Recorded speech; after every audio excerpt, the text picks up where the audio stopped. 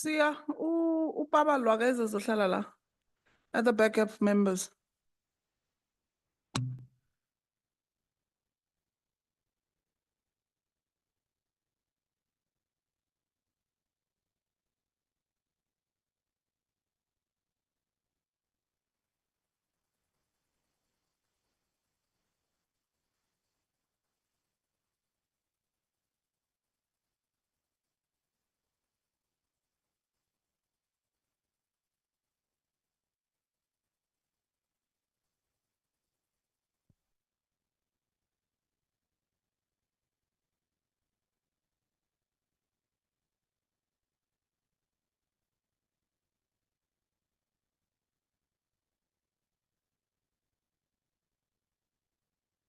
You can see the cell phone on the floor now. Yes, Tika has picked it up.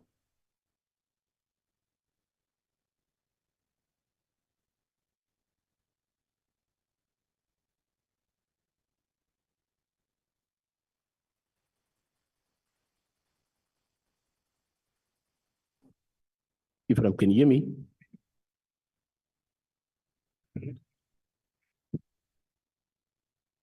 Yeah.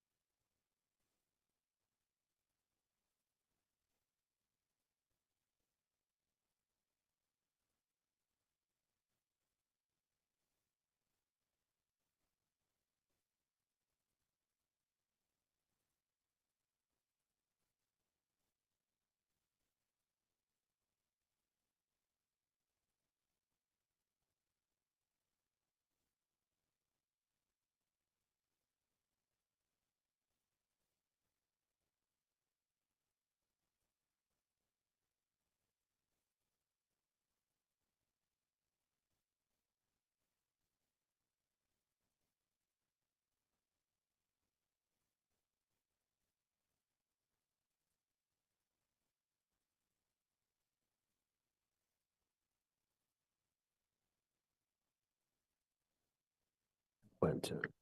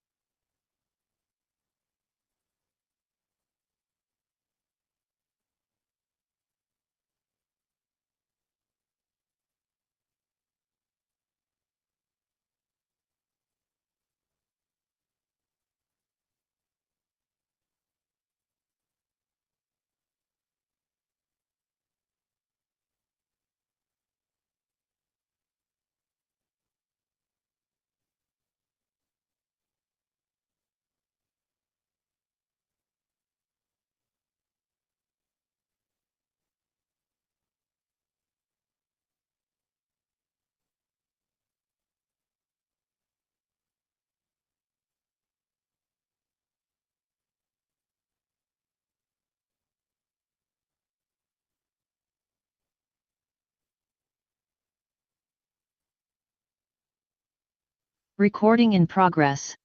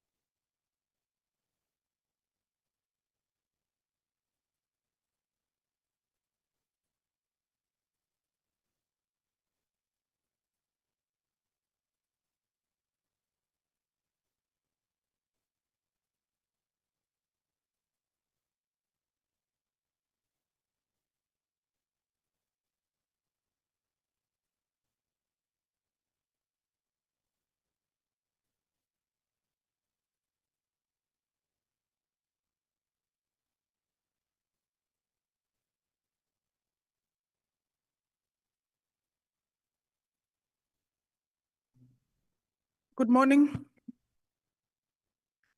We can then start with our meeting, colleagues, members.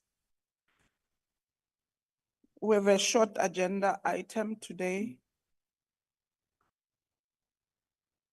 I don't think we'll spend more time bearing the presentation. Nxumalo ayikho that long, like the last week meeting. So welcome everyone. This is our third portfolio committee meeting. And welcome back, Babu Mwali. We nearly forgot that you are still a member of the portfolio committee. We are just missing Ms. James, and Honorable Muela. But the committee secretary will come to that item when we enter into it. We have PMG in the house. And I think what we didn't do correct last week was we also had a delegation of PMG. We normally have one person that comes to our portfolio committee from PMG. But since we started, we've been having a delegation. So I would like the delegation to be introduced formally to the meeting so that we don't assume we know each other. Oh, thank you, ma'am. My name is Zolani. I am with Siachuma. I'm with Zara. I'm with Laik. And the last one is Zenalo. We are all from PMG. Thank you very much. Thank you and welcome to the Portfolio Committee on Correctional Service. We know each other by now. There's no one who needs to be introduced from your team, Commissioner, that we don't know. The faces that Mdluli, they might not know you. Yeah, there are just one or two, Honorable Chairperson. Morning. You can proceed and see to introduce them.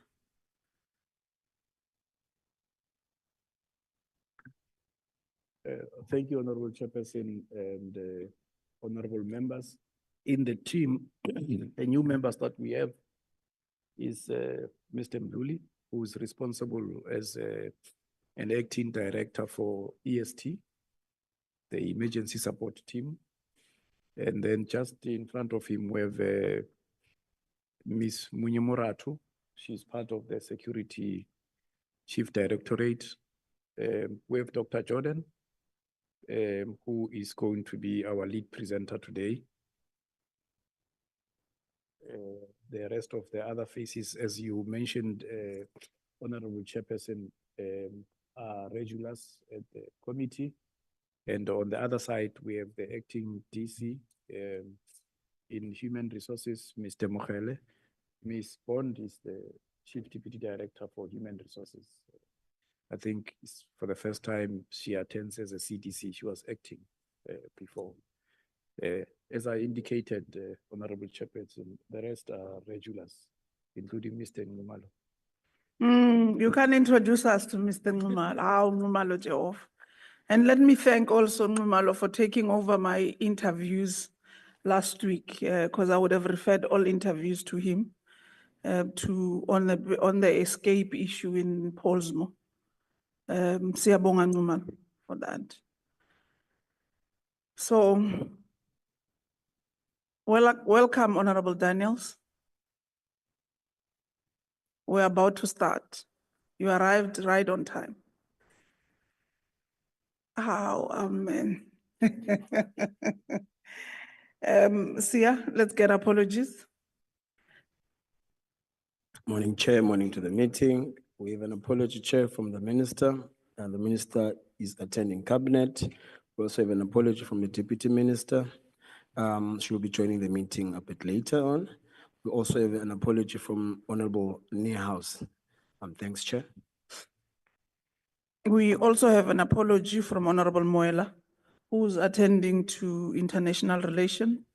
There's a delegation of AU that is sitting here in Cape Town, and then he's part of that delegation from Parliament side. And then the Minister is attending to Cabinet cluster committee meetings, not a cabinet meeting. Cabinet sits on Wednesday, so it's a CAB cluster committee, including the DM. Once upon a time of my life, I was an official in the minister's office, so I know of that process. So that's why both are not part of the meeting, but the DM made an indication. She will recuse herself to join the portfolio committee. Those are the apologies, and welcome to the new team of correctional that we are not familiar with. This is a harmful portfolio committee, but very engageful and robust in engagements. So you will witness once we proceed to the main item. Members, we only have one item on the agenda, which is briefing by the Department of Correctional Services on contrabands found in all correctional facilities across the country or across all 243 facilities that the department is responsible for, and what would be measures put in place to prevent or combat the smuggling of contrabands. So that is the presentation on the agenda. Can I have a mover for the agenda and the seconder so that then we can proceed? Honorable Klote, Thank you, Chairperson. I move for the adoption of the agenda. noted. Honorable Mwale, Chair, I second that option.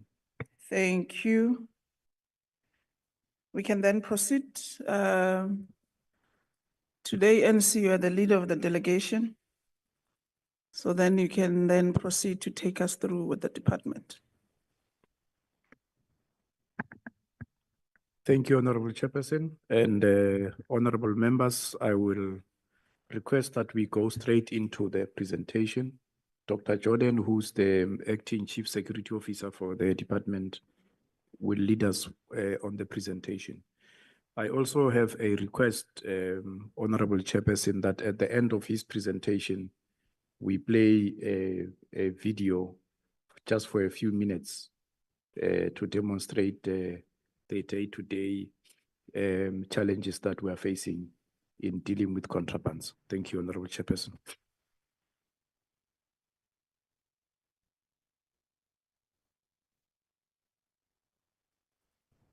You can proceed with the presentation.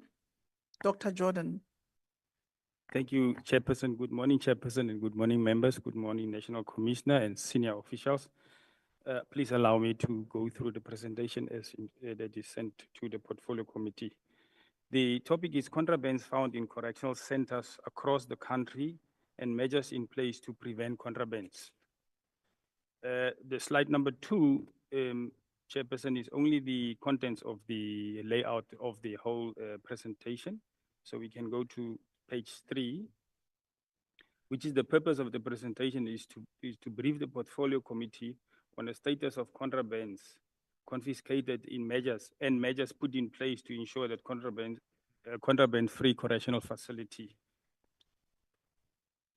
Slide number 4, Chairperson, is the legislative frameworks that it governs the department to be able to can deal with contrabands in correctional facilities.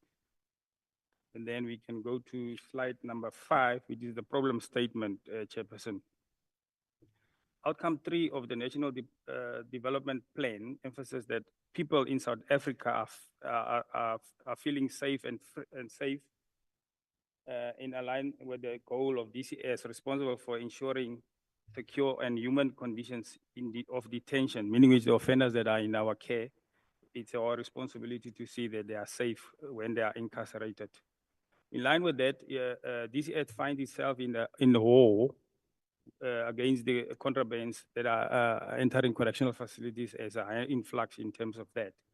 But the contrabands have been finding their way in correctional facilities, Chairperson, brought in by offenders and officials employed by the Department of Correctional Services. Additionally to that, this non-compliance with the establishment of the operations, standard operations, the SOPs, and the lapse of the adherence to security policies and procedures by officials conducting duties in correctional facilities. Addressing those challenges is a critical upholding security, preventing corruption, and fostering a safer correctional environment, Chairperson. And then we go to page number 6, DCS security operations. The philosophy of DCS is to build a balance between security relations, rehabilitation, and human rights, ensuring that safe and secure correctional facilities while promoting the reintegration of offenders in society. This philosophy is guided by Correctional Services Act 111 of 1998 as amended. The purpose of security operations is thus focused on maintaining safety, order in control, while measuring the protection of inmates, officials, service providers as assets of the department. What remains cardinal is the creation of secure environment where rehabilitation programs can be effectively implemented. It means the safe environment where officials can provide programs to offenders as a part of rehabilitation. Security operations provide strategic and operational security advice, services, support, and manage security operations in different levels of the department, from center level, management, area level, regional level, and national level. Slide number 7, Chairperson. Daily operations are taking various forms of ensuring safe and secure correctional facilities. A key concept of this effects includes unannounced searches by correctional officers during the day and during operations in correctional facilities. Over the past 12 months, DCA carried out extensive search operations such as in all 6 regions: Gauteng, Free State, Northern Cape, Limpopo, Mpumalanga Northwest, KZN, and Eastern Cape. These operations are part of the broader strategy to ensure contraband-free facilities whilst reinforcing SOP compliance within correctional centers. Each management area is equipped with security tools such as narcotic dogs to perform searchings, body scanners, CCTV cameras, etc., to prevent smuggling of contrabands into correctional facilities. Chairperson, the next slide is just a figure of contrabands that were confiscated from January 2024 to January 2025. If we look at slide 8, Chairperson, cell phones per region, you will notice that Eastern Cape is having 10,639, of which for that period throughout the regions, it was 41,853 confiscated cell phones. Cell phone accessories that varies from headsets, chargers, etc. It was 6,340. Sharpened objects that offenders are using to perform gang activities and stabbing of officials and or stabbing one another. It amounted to 11,894. And then offenders are also from time to time brewing substance like alcohol in the centers.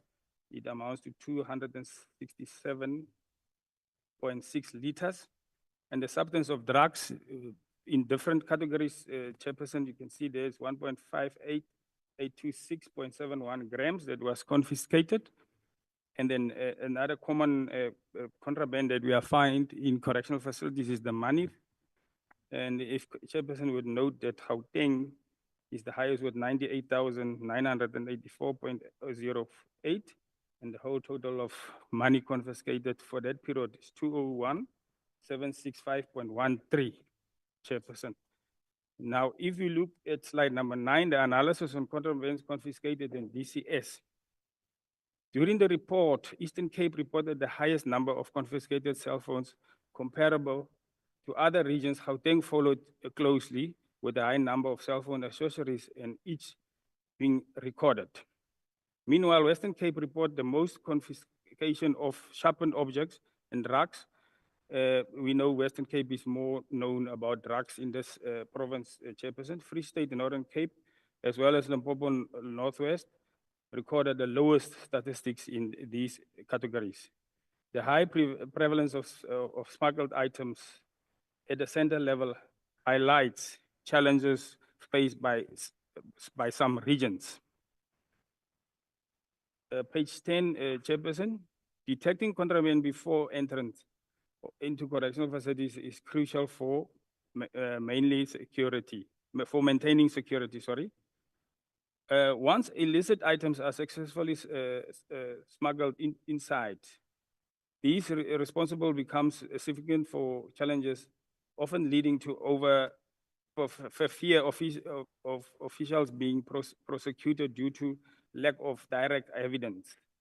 That is when officials cannot be found guilty in terms of evidence, Chairperson.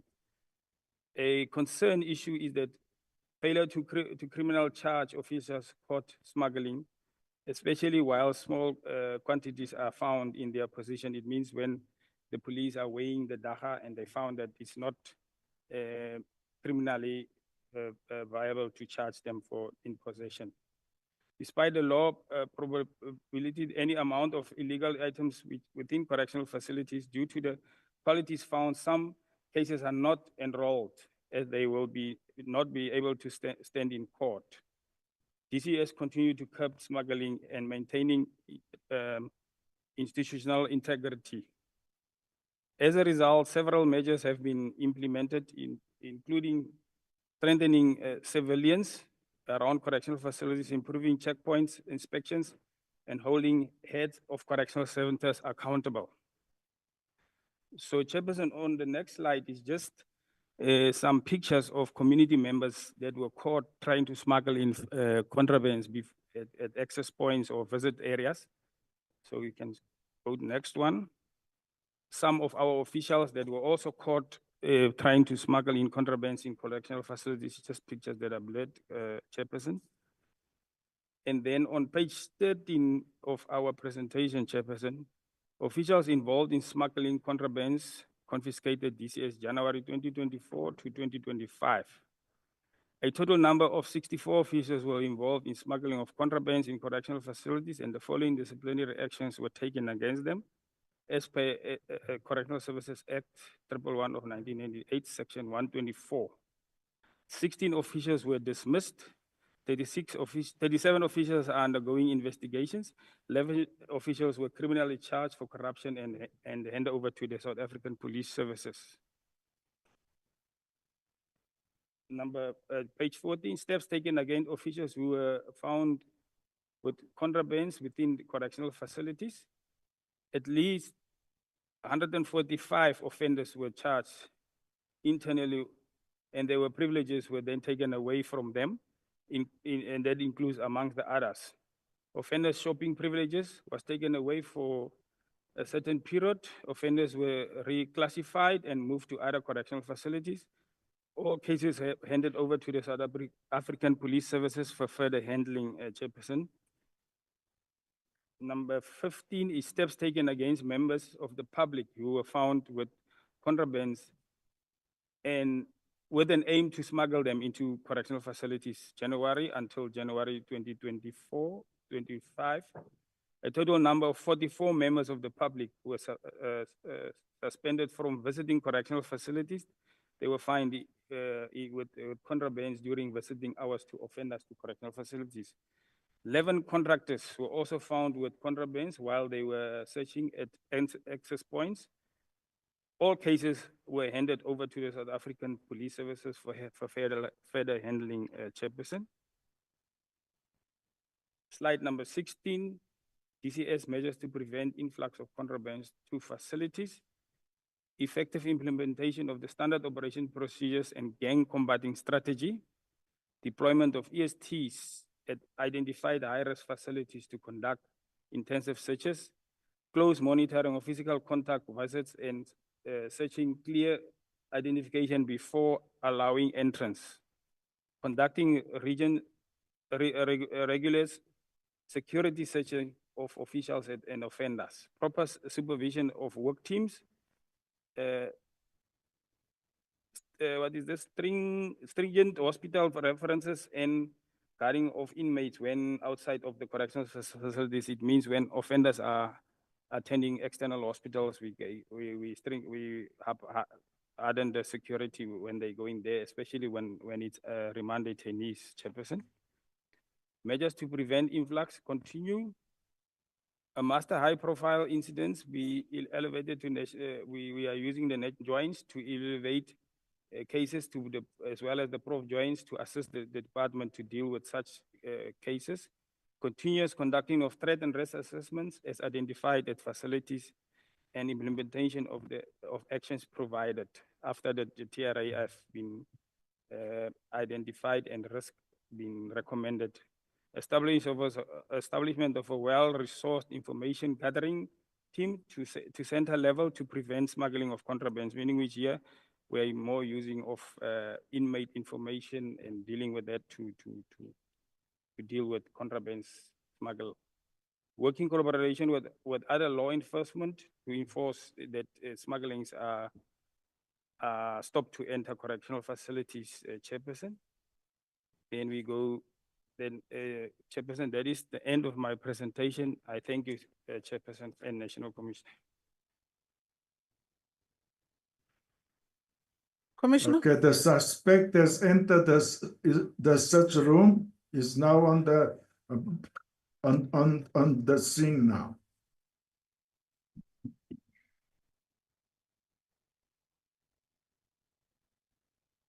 There the fight starts.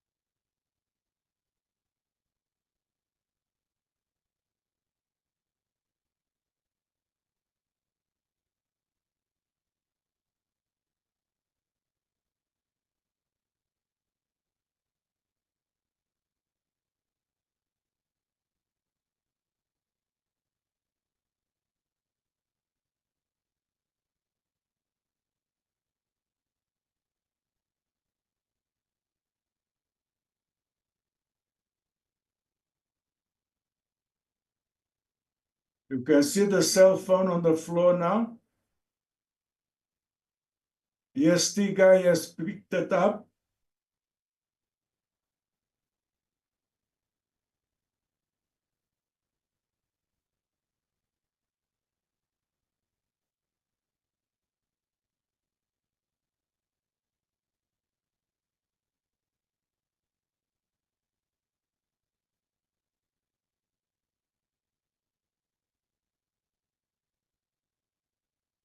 The suspect is the one with the jacket inside out.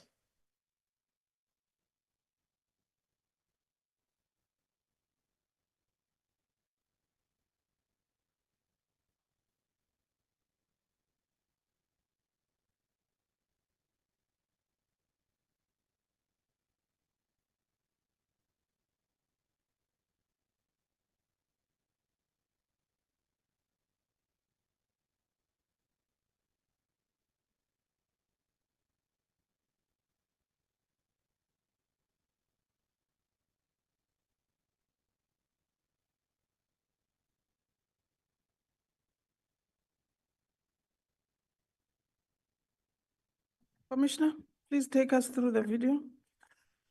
Thank you, Honorable Chairperson. This is, the video was actually depicting a search that was taking place.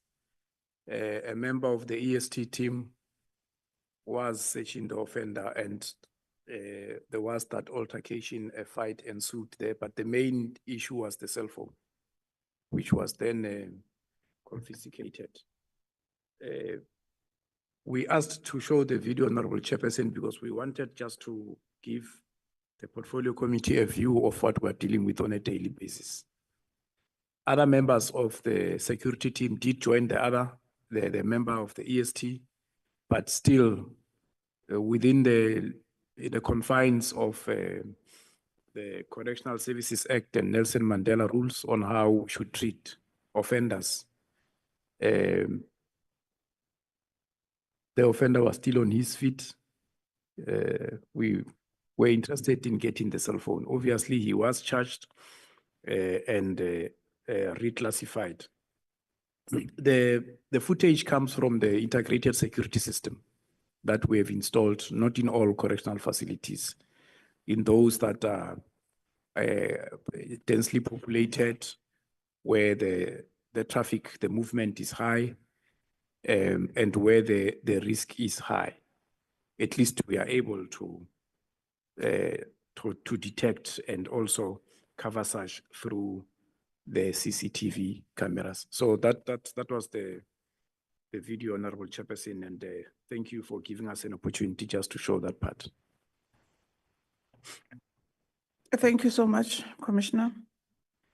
The presentation was very short for the first time. It's how many page? 16 page. We normally get a very long pages. So it was a very short one, precise, and gives an idea of what we're looking at and how a picture in all across centers it looks like. It's a scaring picture, but I think members will get into that discussion. Members, any clarities, questions? Ms. Diale, Mrs. Ngaba, Engel, Honorable Moali, Sokopo, Tluote, Windy, and Babgas. So Daniels, you'll start. Ms. Diale, you'll follow in that sequence. Yes.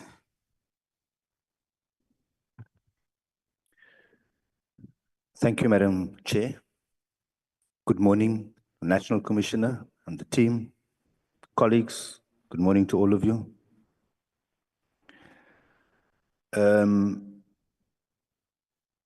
At first, I want to welcome this report.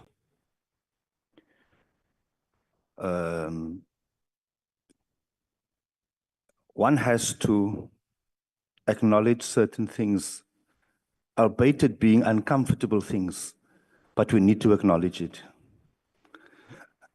Excuse me.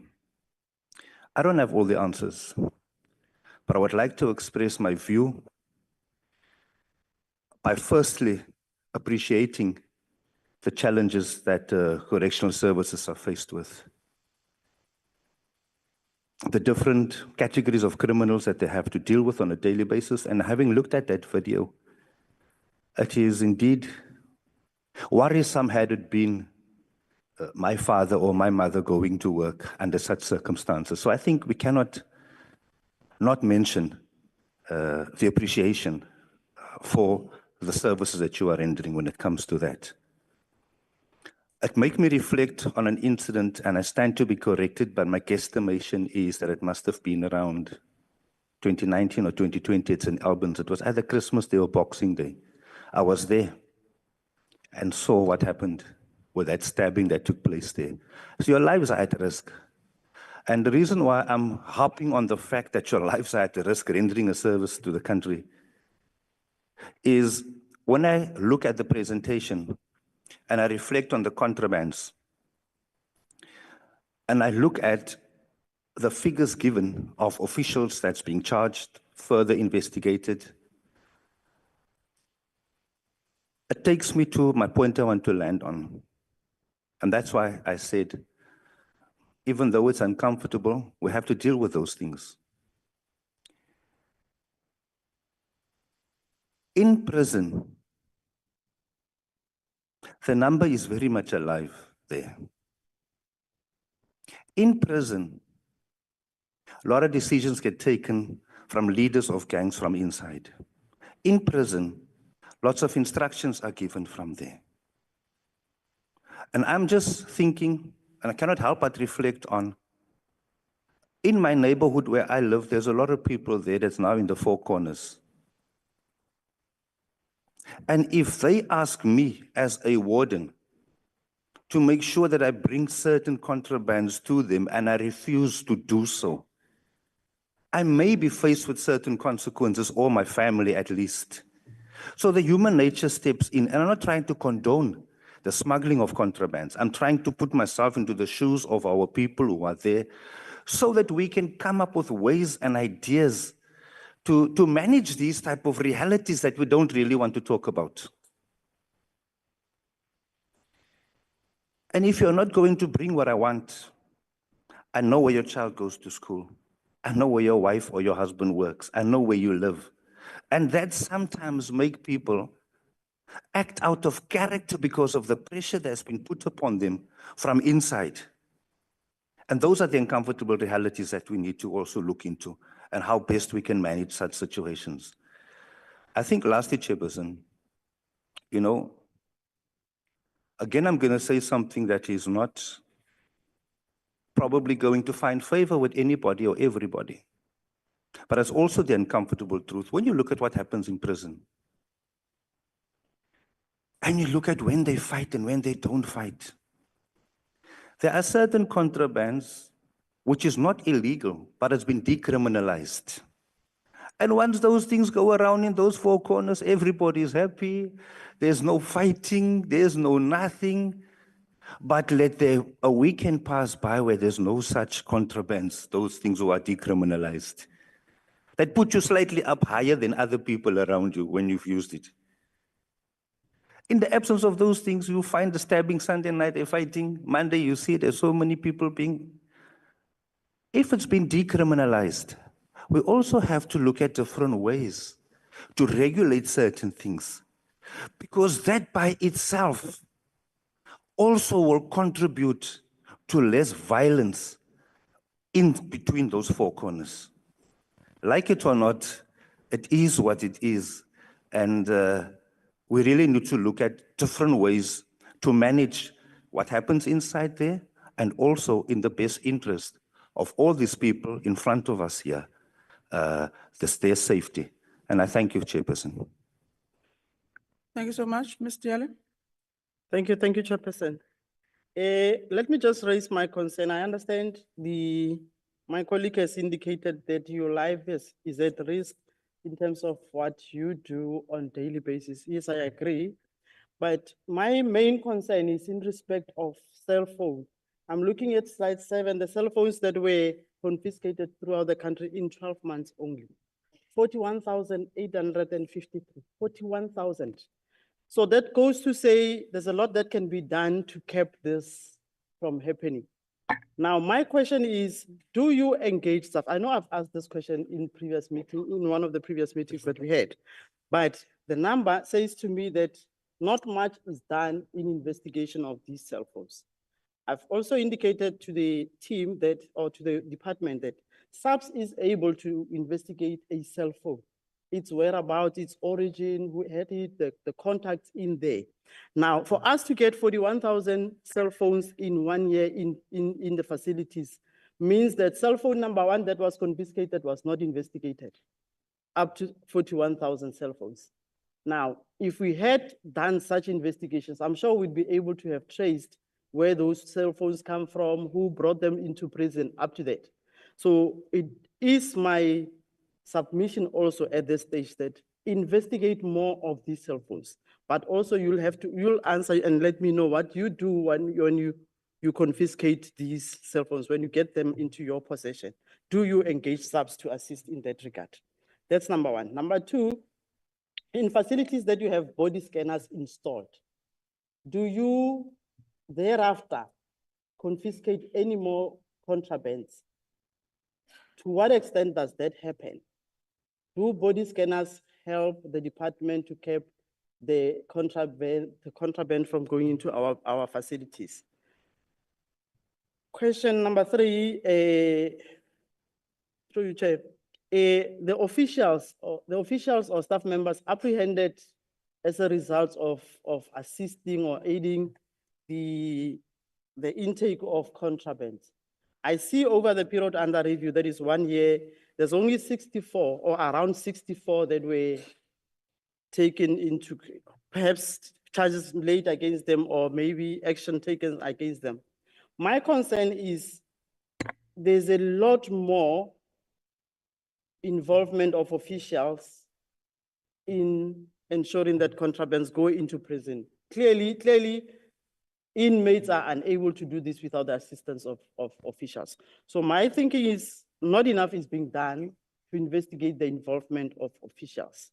So can you perhaps give us a brief explanation as to how you ensure that officials are not involved in in taking contrabands into our facilities? Thank you, Chair. Thank you so much, Mrs. Ngaba.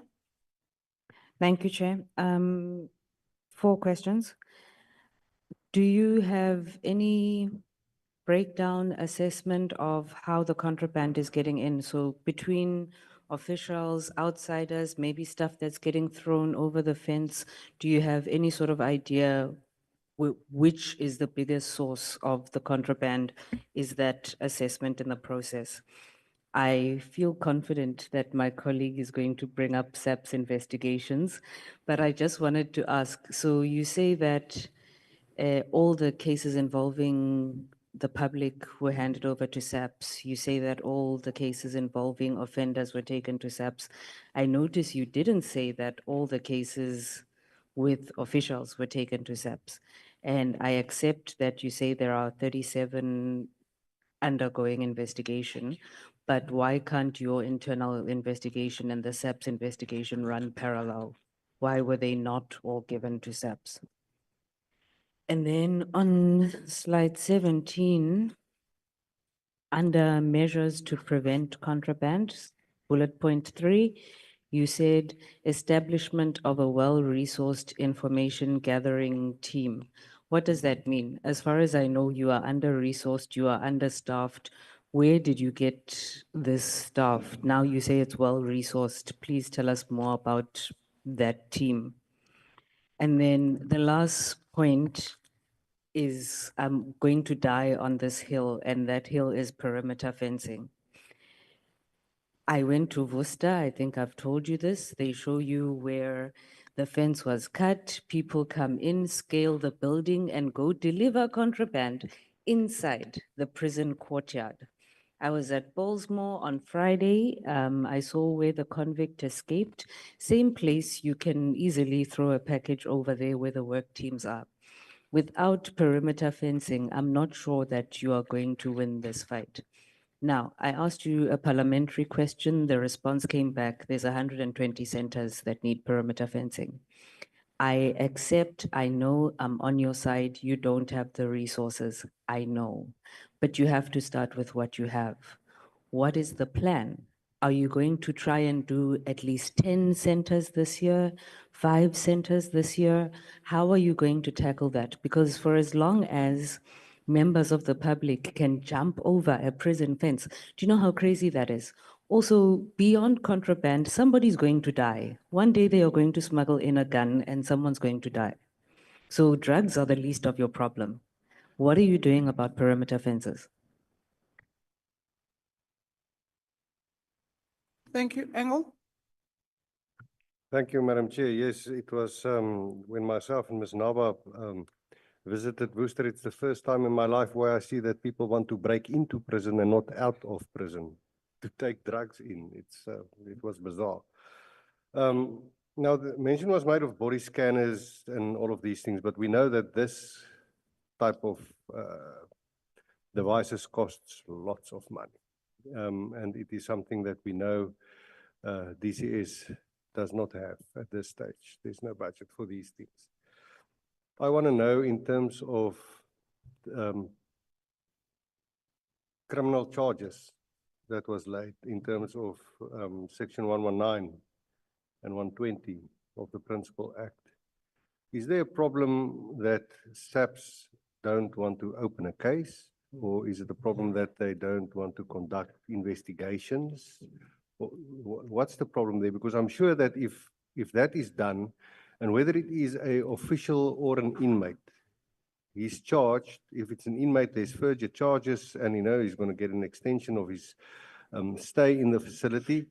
And a plea bargain can be entered into if such an individual says where he gets either the drugs, the knife, the cell phone, whatever the case may be, so that we can at some point start winning this fight. Because, I mean, if you look at the amount of contraband that was confiscated, then it's year in, year out, it's never ending. But we have to stop somewhere, because an official that brings contraband into a facility is endangering his colleagues' lives. And I think that needs to be frowned upon. I mean, we can't have colleagues protect a guilty person that brings in stuff into a facility that's not supposed to be in there. So I just want to know if, in terms of further charges, if it's an inmate or a criminal charge, what's the holdup? Why don't we see things happening in terms of the Principal Act? Thanks. Thank you. Honorable Mwali. Thank you, Chair. We would like to welcome the presentation. Chair, I want to mention a few things here. I see that on page 7, they mentioned that they have searched dogs. I've never seen them. I don't know which facilities have search dogs. NC, we have a problem. And with the limited budget, I understand. But there's 1 or 2 things that we can start implementing to curb the problem. And also on your page 10, I learned that you have intelligence also to try and implement some measures to deal with this problem. But there's a problem again if our intelligence does not pick up contrabands before they come in, but we only have measures to take them out or to catch them when they are already in there.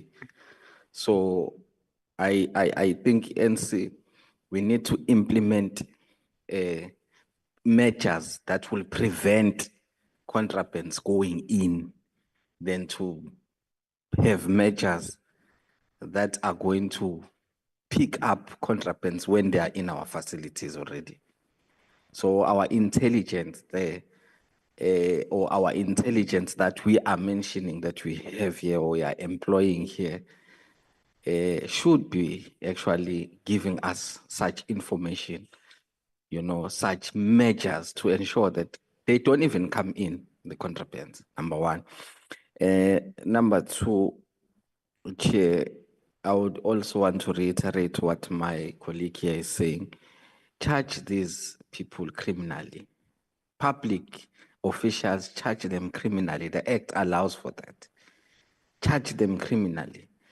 Make your voice even more stronger, so that the message will be got across to say, if you are involved in this, because I'm afraid, Chair, criminals are running these facilities now. And some of them, I'm afraid to say, they are wearing your uniform, because they are complicit. They are accomplice to the smuggling of the contraband. We've seen, Chair, the effort from the office of the NC coming in, doing spot checks, but that is just a drop in an ocean. And this report here, when you say you have so many phones in, so much money confiscated, this is just a picture of nothing compared to what is in our facilities as we speak. If you have 41,000 phones that were confiscated, we have over 100,000 phones that are in our facilities there. You go on TikTok now, inmates are online and are doing videos or in our cells. But you are reporting here saying you have confiscated over 41,000 phones. Now, the problem is not confiscating these phones. The problem is, how did they get there? That is the root. Let's go to the root cause. How do they get in? Those are the solutions this committee should come up with, or this body should come up with. How do they get in before saying this is how much we got in there? This is how much we could find when we were doing the searches. Number 3, Chair. NC, I'm afraid that this report is giving us a picture that DCS is technically saying we are outnumbered. Number 1, we don't know what to do with this problem. Number 3, we have no plan how to cap the problem. Because everything that is mentioned on this report is telling us how to get the phones when they are in our cells, not telling us how to prevent them from coming in. Of which, if you look at the act, looking at the framework of the department, it's saying they must not even come in. We must keep them from coming in. So really, we are sitting with the problem. If we are sitting with 145 inmates being charged out of that population NC, 145 from national, we're charging 145 people nationally with thousands and thousands of inmates. And this problem, NC,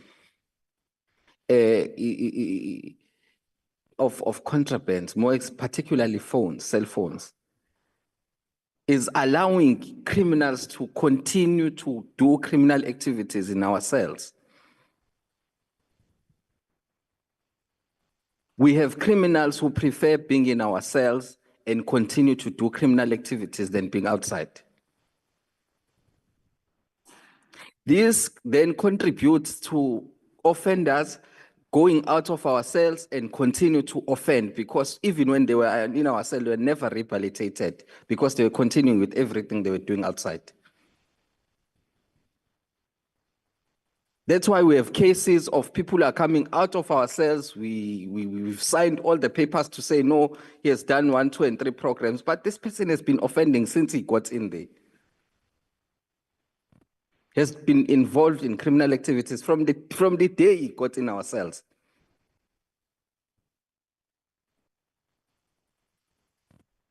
So the problem is big, NC and the chair, and we really need to come up with solutions on how to ensure that these things never even get to our cells.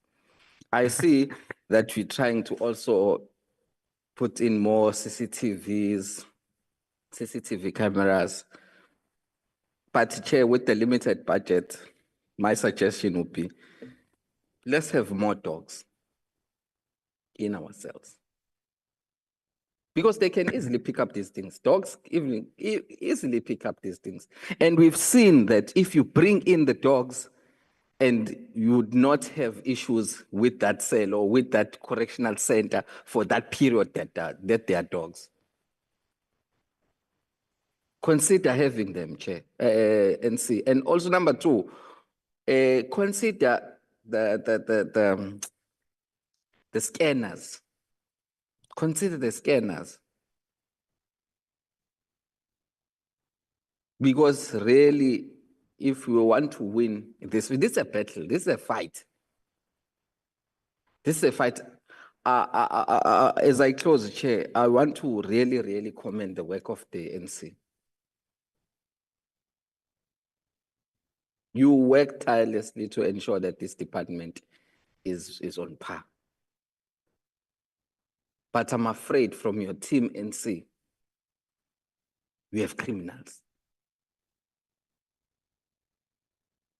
that are involved with criminal activities, that are involved with getting these contrabands in our cells. So then you are pushing on one end and your team is not pushing on the other end.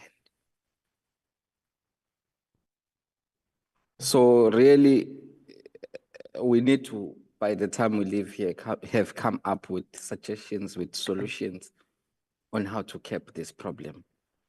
And as I close, what I would like to ask is, what do you do with these exhibits? What do you do with these items when you have confiscated them? Because I'm under the impression that these can be used as evidence in criminal cases. These are exhibits. What do you do with the items?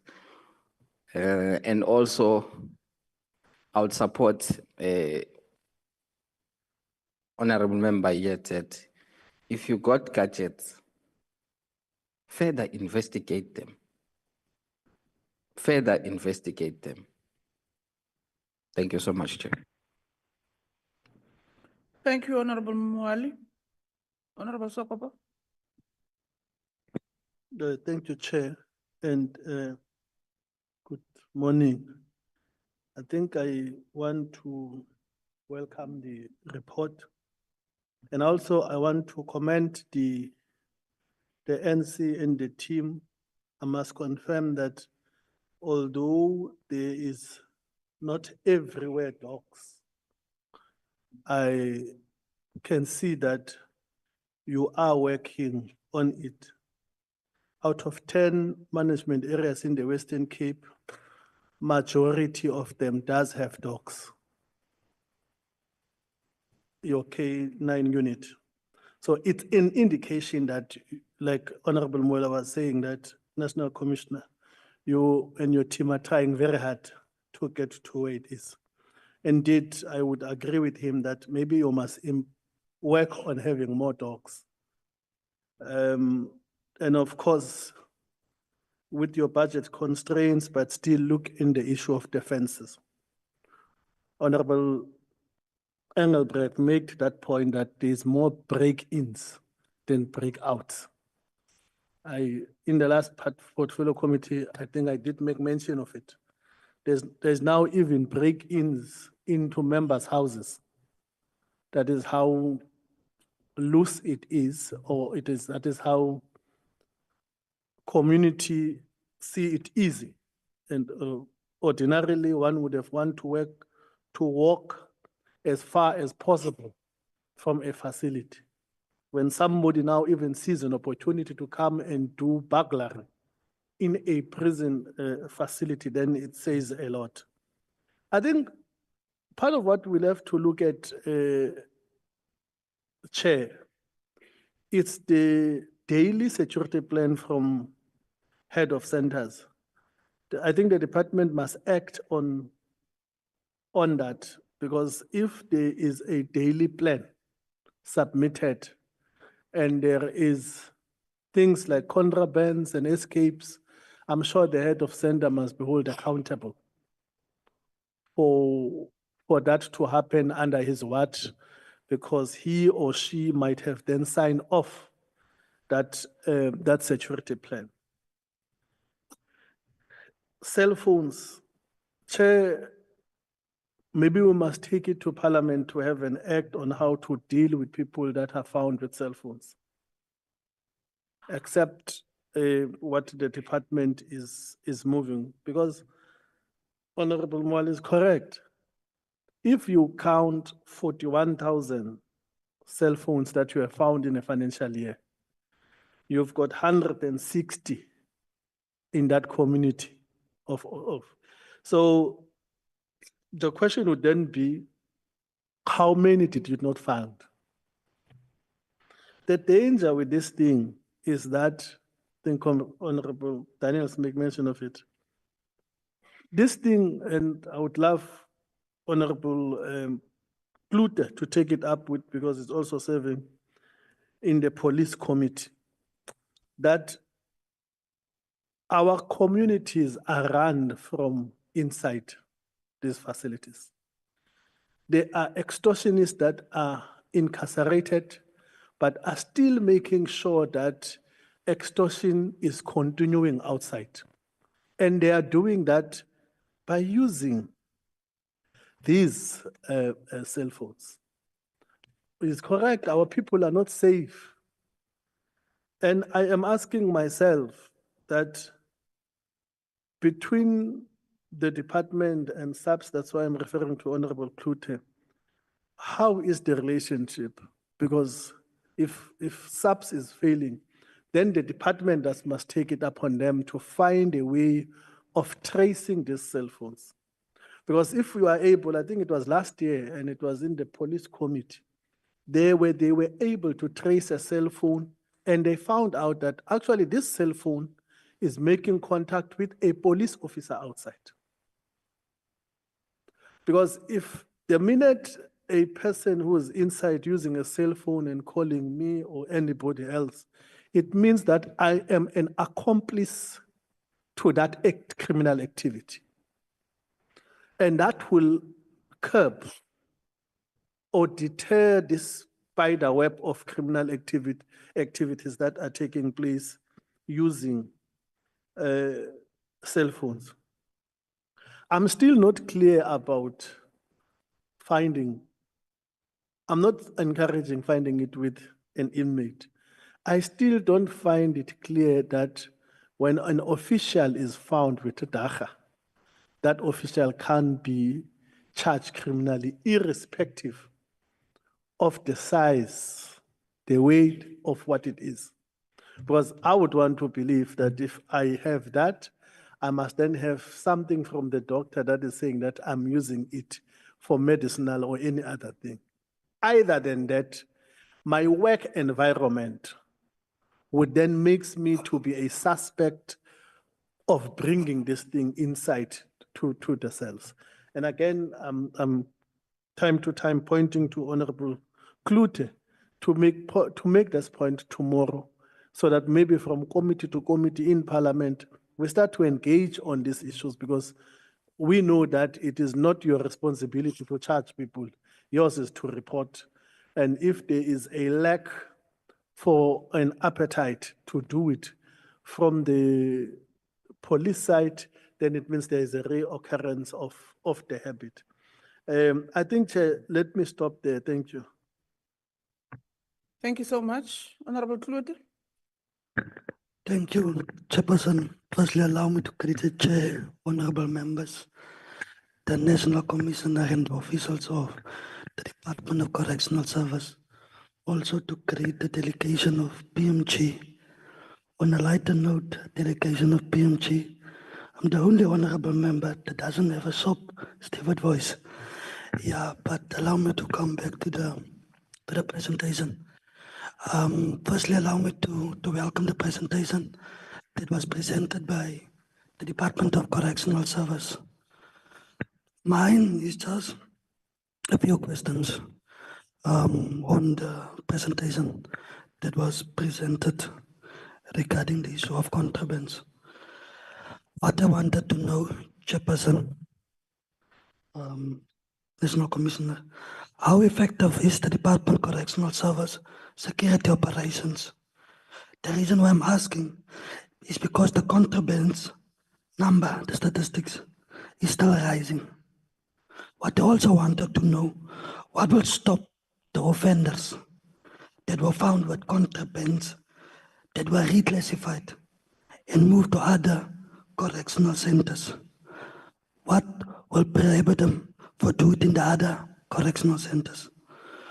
Then I also wanted to check, Commissioner, a total of 44 members of the public were suspended from visiting correctional facilities. Which facilities is it?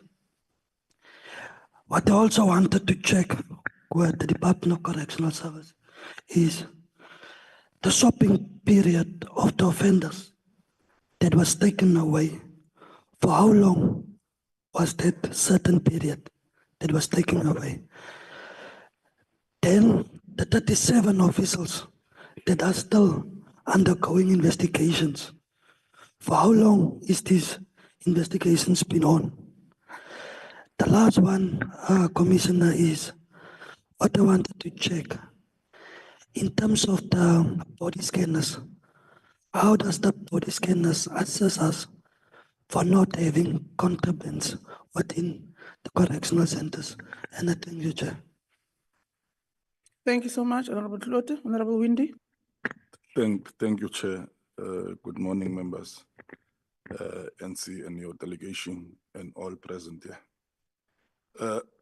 Chair, let me go. I think the numbers on the investigations and the arrest and the handover to the police, the subs. Firstly, on the 37 officials that are under investigation, I just want to ask a general question, NC, is that what is your expected turnaround time on an investigation? Do you have these open-ended investigations, or do you have a time frame that say, if there's this investigation must be finished in this time, and therefore we move to another step, another level? That is one.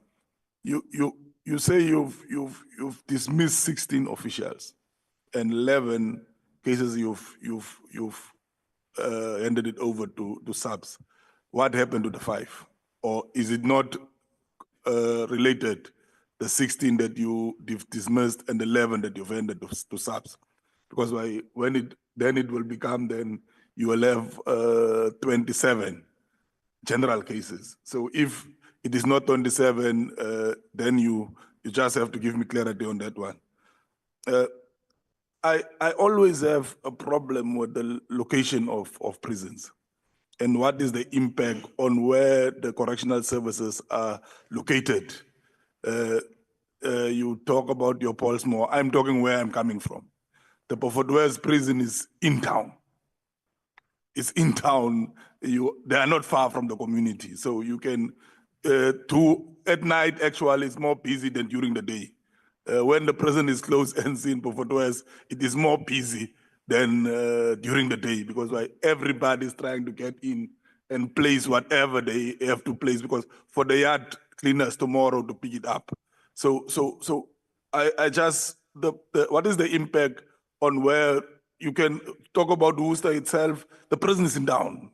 You can go to the prison whenever you want at night as a community. So I just want to check what is the correlation between where the prisons are located and the contrabands movement in itself. Then on slide 8, I just want to check if you, as prison collective leadership, begin to analyze that slide itself. What is it saying to yourselves? To me already, I'm sitting here and say that Gauteng is actually the economic hub of prison, is where the money is moving. Cape Town is the gangsters. They want to step one another for territory and so forth. I'm just saying where I'm sitting, what have you done as the department yourself to say that what we are getting in prisons on cell phones, where we are getting it, what is the analysis around that itself? What is happening in our prison communities? Like you say in the Eastern Cape, you're getting more phones. So those guys actually wants to be more connected to the public domain. So is it where they are giving the instructions to kill people in the outside? Or is it where the outside have been run from?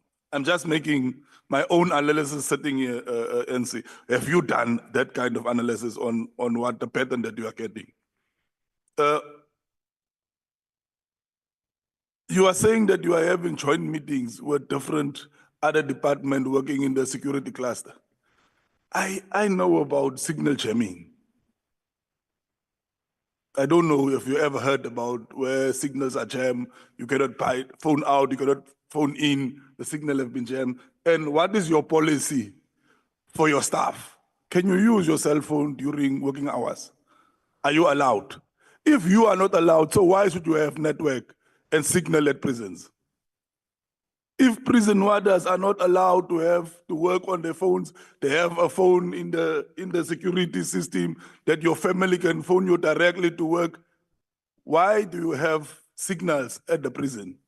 Why do you have network? You can just jam the signals. You will not have phones in the jails. I'm just saying I'm a layman, I'm not an expert, but I would have think about that. Why don't we, all the areas, but then it comes to location talk.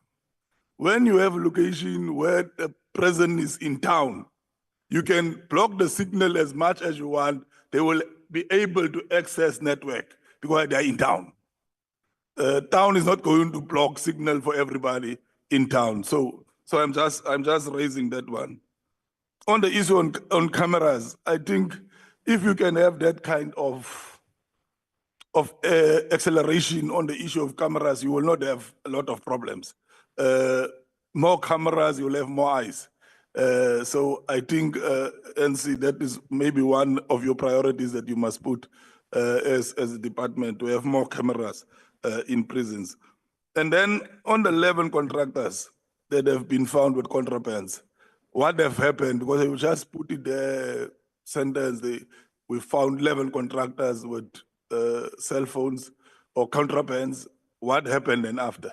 Were the contracts terminated or were they just workers that were working for contracts? And what was the consequences of those who were captured on that contract? I just wanted NC as my questions. I thank you. Thank you, Chair.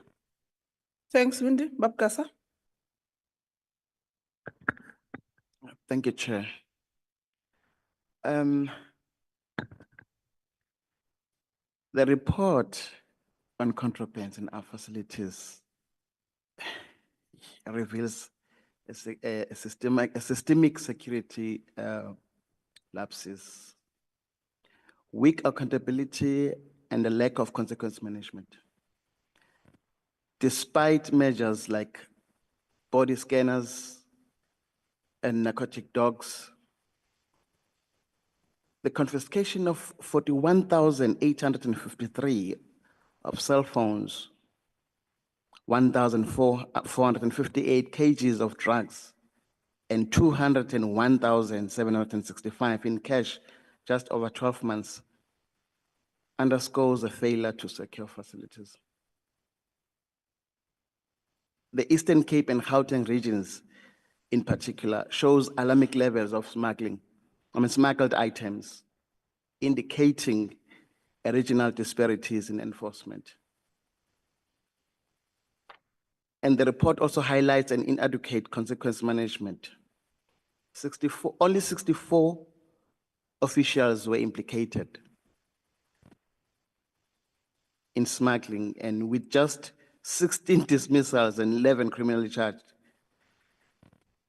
This leniency fosters a culture of impunity. I would recommend a lifestyle audit to all DCS officials. Consequence management, policy reform, harsh punishment, advanced surveillance, and independent oversight. If you can establish an independent body to monitor all DCS operations to ensure compliance with security standards. I'm going to have only 2 questions. Can the DCS provide a detailed evidence of the steps taken to investigate and dismantle the internal and external network facilitating smuggling? Second one, can the DCS provide a concrete evidence on how it enforces consequence management and lifestyle audit to root out corruption amongst staff? Thank you. Thank you so much, Babkasa.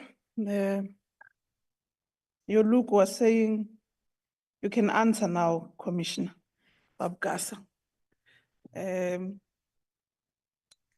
I think I also have few clarities, but members would have covered me on some of them. The 41,880 something that Mrs. Tiale would have quoted on cell phone found in centers. It's a worrying factor. National Commissioner, welcome, DM. Your apology was noted. Especially if it's vis-a-vis the inmate population of 165,000 that we've been given.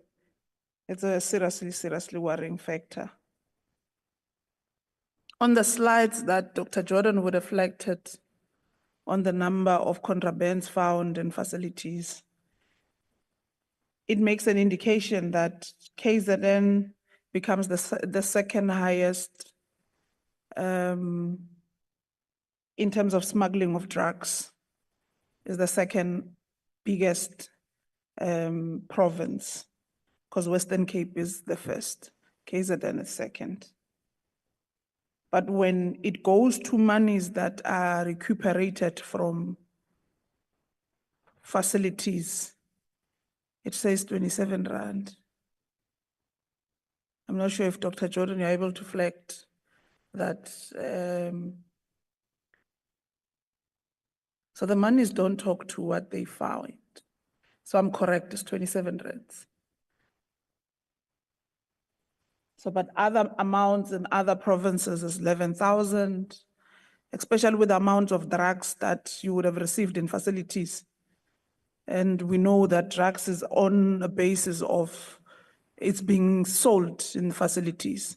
So if you are selling, and we have learned that drugs are more expensive in facilities than outside, then we told kanjani 27 rand. Why are we having 27 rand that is recuperated from facilities vis-a-vis the amount of drugs that are found? For me, it doesn't make sense. So that's the first clarity. Honorable Mwale would have spoken to why are we not criminally charging officials that are found smuggling contraband, especially if the Act speaks to it or allows us to do it. Why are we still speaking about it, dilly-dallying around it?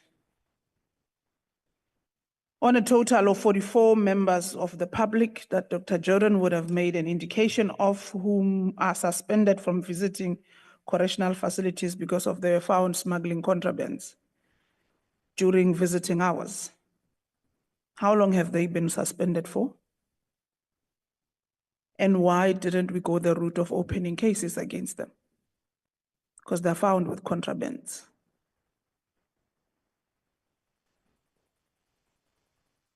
So that we also send a message to communities. If they come in facilities having something, there would be consequence to it. So why are we only suspending them? You can just suspend Khomotso. I'll have my mom or my younger sister to still go and see whoever we're visiting in a facility. But if I'm criminally charged, it also sends a message to my family if we're assisting whoever is inside to smuggle whatever is not supposed to be inside facilities. Why are we not taking that route of taking them to SAPS, open a case against them so that they equally face the might law and possibly rejoin whoever's inside that they were trying to smuggle contrabands for? On contractors, I think Honorable Windy spoke to it. Contractors that are found, that were found with contrabands, assisting inmates in smuggling contrabands. What happens to those contracts? Do we still continue with them?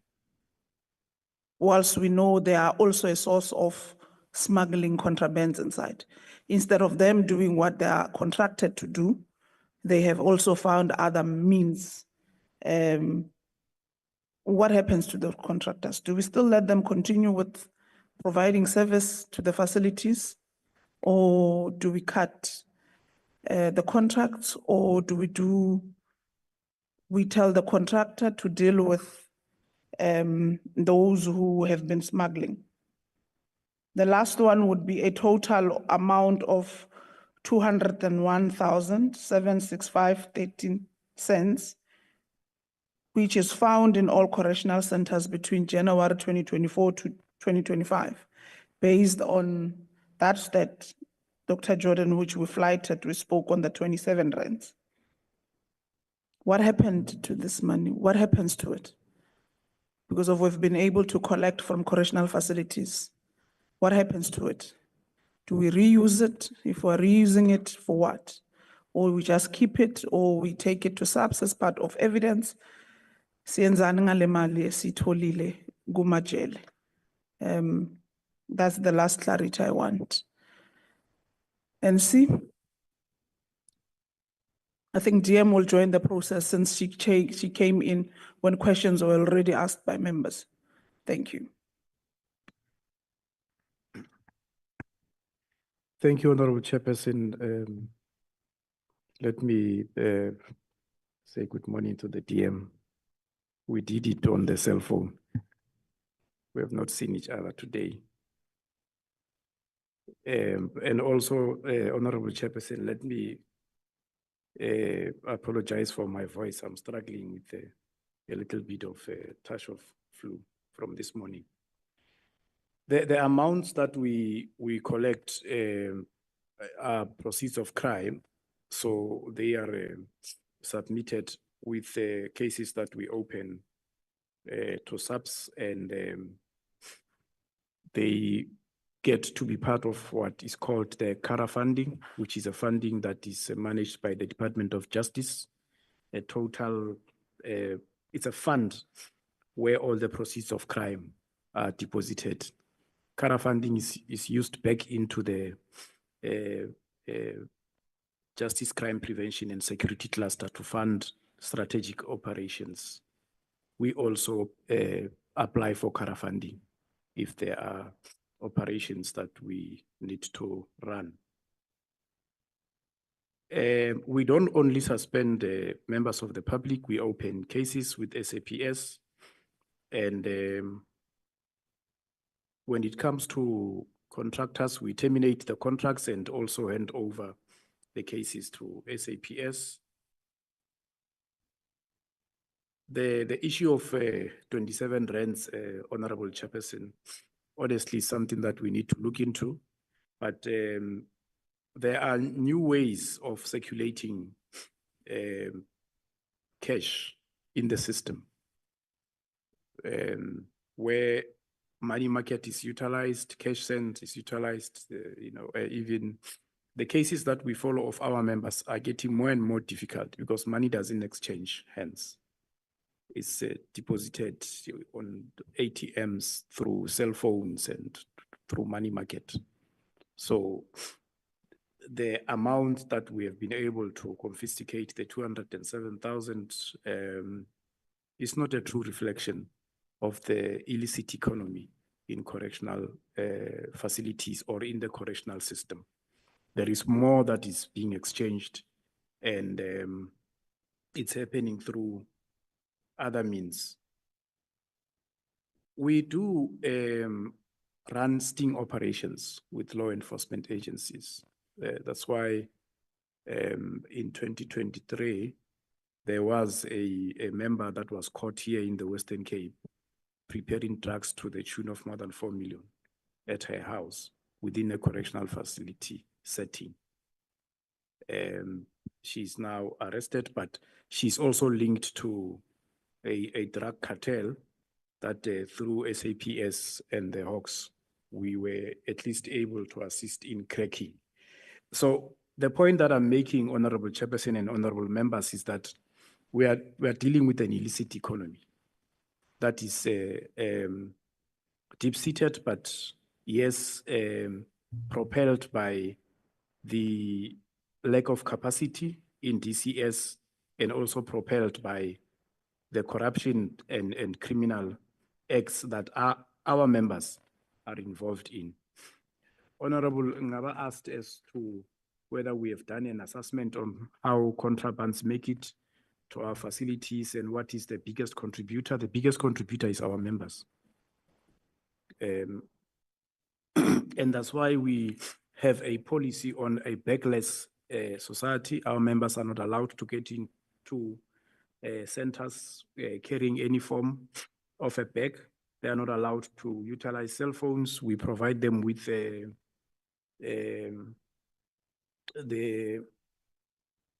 an alternative form of communication. The only thing that comes to my mind, Honorable Chairperson, at the moment is walkie-talkies. Yeah, two-way radios. But you find in other centers that these two-way radios are not utilized. They actually leave them at the reception and they try to go in with cell phones. So we are militating against also a culture of ill-discipline that on a daily basis we fight. I agree that we need to hold responsible the heads of centers, because primarily they are supposed to ensure that security plans are in place, and they're supposed to ensure that they also monitor the implementation of those plans. In the Correctional Services Act, the head of centers are actually mentioned. Is the minister, the national commissioner, and head of centers. So they are critical to managing correctional facilities. So yes, I agree that we need to continue to hold them accountable. Honorable Gasa spoke about an independent oversight board. We have GICS that is doing oversight on the department. As I was sitting here, when members were raising questions, I actually received a message from the CEO who was indicating that they are interested in investigating the issue of dissatisfaction by offenders on food rations in Durban Westville. So I responded to him to say, no, they should go ahead, but we are also addressing that complaint because it has come through. So we have GIGS that is doing that work. Lifestyle audits, we do them, but to the extent that we can be able to, we have around 38,000 employees. When it comes to punishments, the figures that we have presented to the committee today indicates the work that we are able to do. As I've indicated, it is very difficult to get to catch a member with contrabands. These are operations that are sophisticated, and I would not want to go in detail because I have been able to gather, Honorable Chairperson, that members actually know how these syndicates operate. But for us to catch a member, it takes time because we have to make it a point that we follow this person to the point where we actually catch this person with contrabands in hand. So our system is slow when it comes to that because of what it involves for us to get there. We need to ensure that we improve on consequence management and accountability. So I agree with the points that were raised by Honorable Gaza on these issues specifically. The turnaround on investigations is between 30 and 60 days. The suspensions cannot go beyond 60 days because in terms of the law, we are not allowed to unless we apply to the chairperson of a disciplinary committee. The disciplinary processes gets delayed by members because they give all sorts of excuses. Most of the cases, we actually finalize them without them attending because they try to avoid sitting for a disciplinary case. Others resign before we even finalize the case. We follow them up even after they have resigned. On the 16 and the 11, what happened to the 5? There are some contrabands that are not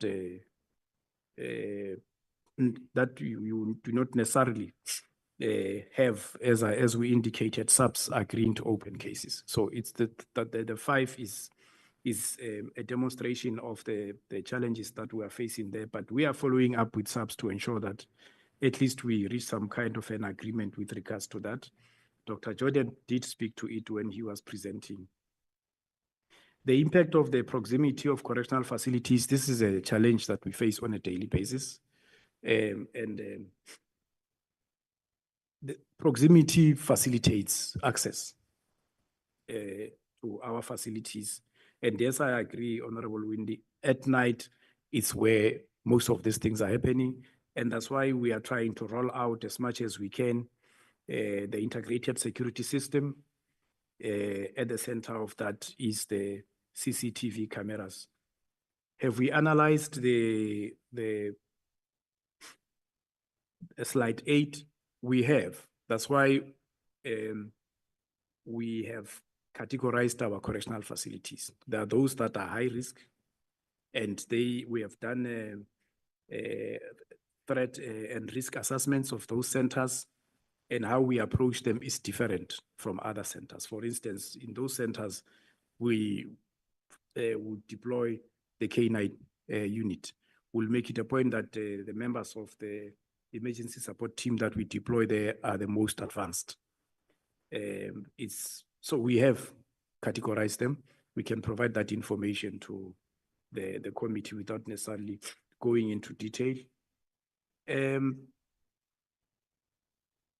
I have responded on the issue of the cell phones on the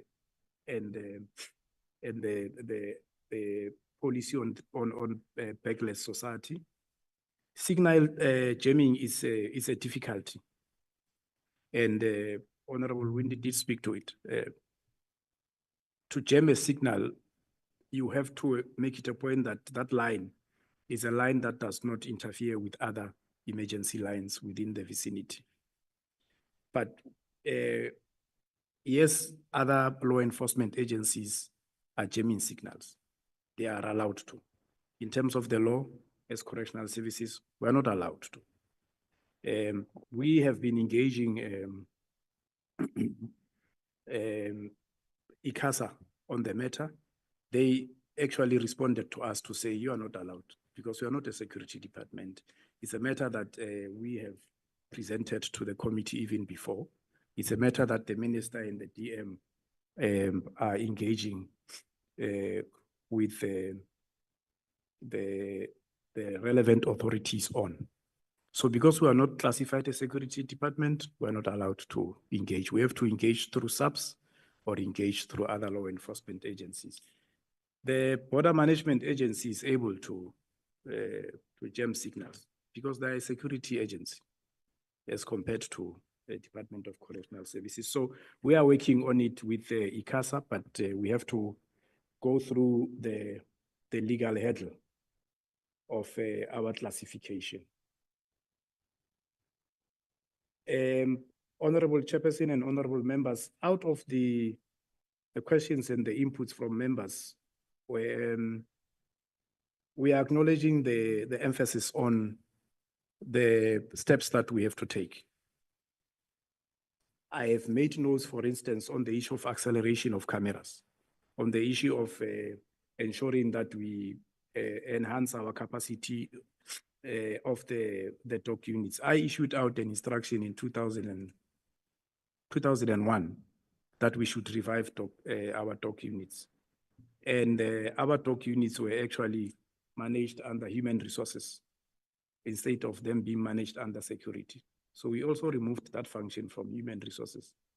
The reason for them being managed under human resources is because the dogs have personal numbers. So something like that. So we had to remove them from HR because obviously HR will manage them differently from security. So they are now managed under security, and we are reviving them.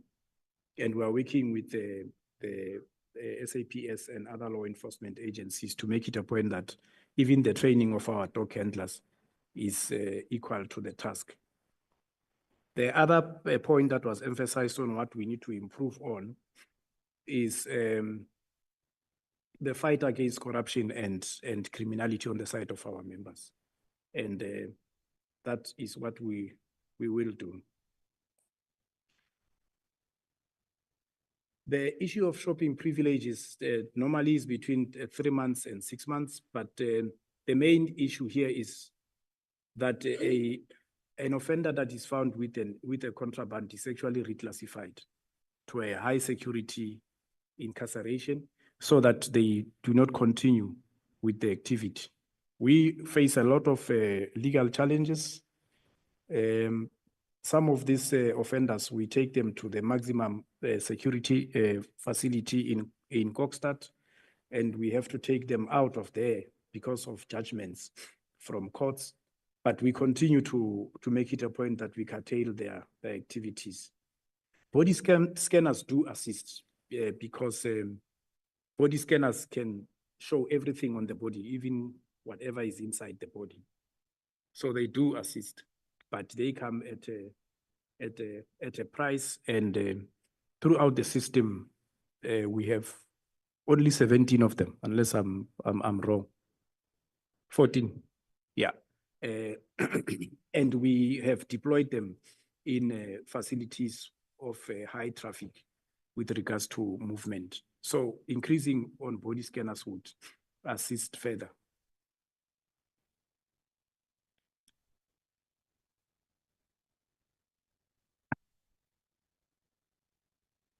Yeah, Honorable Chairperson, our relationship with SAPS on opening of cases is a matter of engagement between ourselves with SAPS. Dr. Jordan sits at the NAT joints, which is the highest body on operations, and he's tasked with unlocking such when we have those types of challenges. The charging of officials that are found with DAGA, I agree with Honorable Sokopo that we have to ensure that we improve on that. Well, there are arguments, of course, and I agree that we need to insist on evidence that official would be allowed to use, because the arguments are normally around being allowed to use. On the issue of a team that we have to gather information, it's basically a team of our own members that we have trained. We have two teams. We have a team that deals with gang engagements. They get to understand, or they are trained on understanding how gangs operate, the language. But also we have a team that is trained on dealing with contrabands and drugs. And that team includes the dog handlers. Those are small teams. In some instances, you find only one member in a correctional facility who's able to do that because of the fact that we have a shortage. Yes, I agree that we are outnumbered, but we know what we are doing. I would say that the evidence is the presentation that we have put before the committee. It has limitations because of capacity issues. We have plans. We have the gang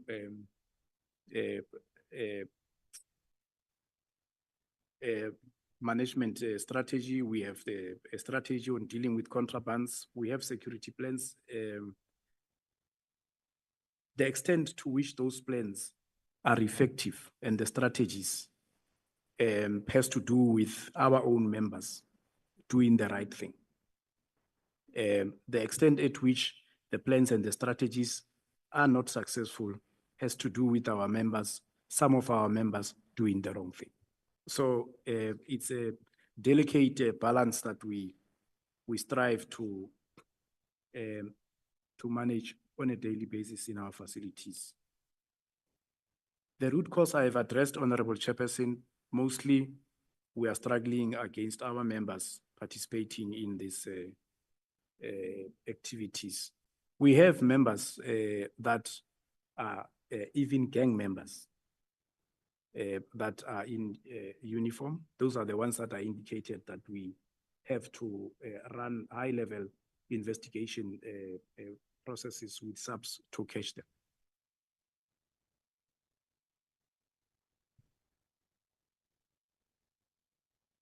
The issue of criminal charges, Honorable Chairperson and honorable members, I have to also indicate that it's a matter that we have now heightened addressing. And it's also because of the insistence of the committee to some extent that we should target that one as more of a deterrent as compared to other. So I have to admit that we are now emphasizing on ensuring that we open these criminal cases.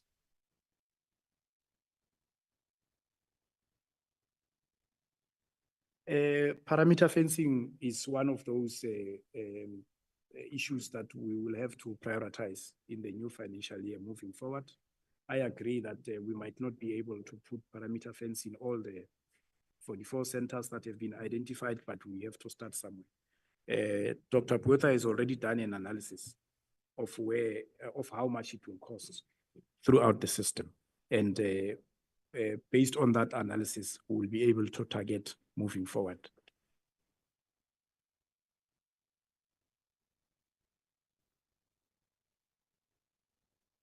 Yeah, Honorable Chairperson, I think I have tried to respond to all the issues. The issues that were raised by Honorable Daniels, to an extent, that's the reality that we face. Our members on a daily basis are exposed to these dangers. One of the examples is that every day, every afternoon, we receive the new entrants into the system from SAPS. They come through in numbers. For instance, if you take a facility like Polsmo, you would receive more than 1,700 on a daily basis, new. But they come with contrabands. And that's why we are now having a joint program with SAPS, where we go and actually search at the holding cells in the stations, in SAPS police stations, so that at least we stop the contrabands from coming through in that manner. Honorable Chairperson and honorable members, I will stop there. Thank you for the opportunity. I'm not sure if Dr. Jordan wants to add. I tried to sweep everything. You, Honorable Yes, Chairperson. Dr. Jordan, you can Thank come in. Thank you, Chairperson, and thank you and welcome, DM. Chairperson, I just want to talk to the issue of correctional facilities that are built, like the one honorable member is mentioning in town. If you can look at all the correctional facilities, they were built far away from the people, but the open land around the centers is now being occupied. So the community is coming closer to the facilities. So, and in those years, I don't know which year can I mention, correctional facilities were regarded as a national key point. So people were afraid to come to the center. But it's not like that now. Like people will come and break in or come and threaten officials in the departmental housing on the premises. And the other biggest challenge is our officials, most of them are staying in the locations with the criminals. So you are in a corner. If you don't do this, we will do this to you because we know you. I thought I must just bring that, Chairperson. Thank you. The reason why there must be accommodation for officials, Bota,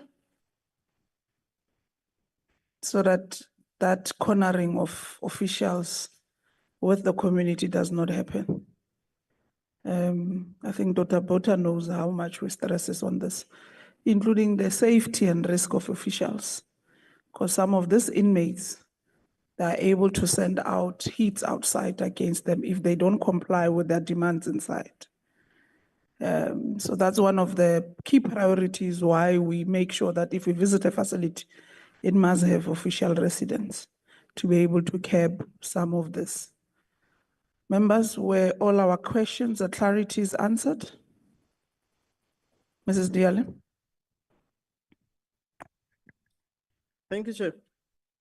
I still need to get information or as I asked, in respect of the investigations done in respect of each and every cell phone that is confiscated by the department. What is the department doing when they confiscate the cell phones? The 41,800 and something cell phones that have been confiscated. So all our questions were clarified. Okay, Commissioner?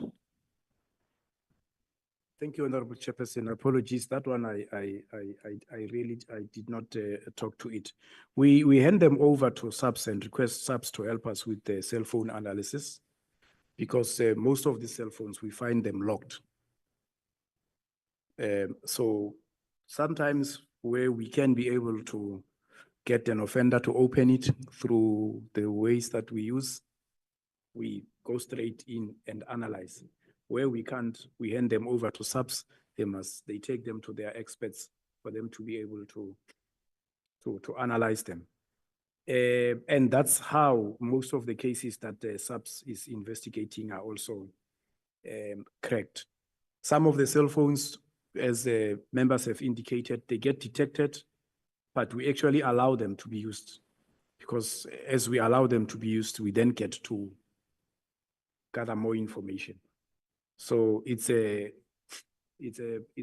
tit for tat situation when it comes to those. Even the drugs that we confiscate, Dacha and all that, we take it to SAPS to be part of the evidence in the cases that we open. And as I've indicated, we are able to link, especially when it comes to drugs, we're able to link the drugs to specific cartels, and because the aim is to ensure that we deal with the source, so that we dismantle the source and then we don't get distribution into correctional facilities. Thank you, Honorable Chairperson.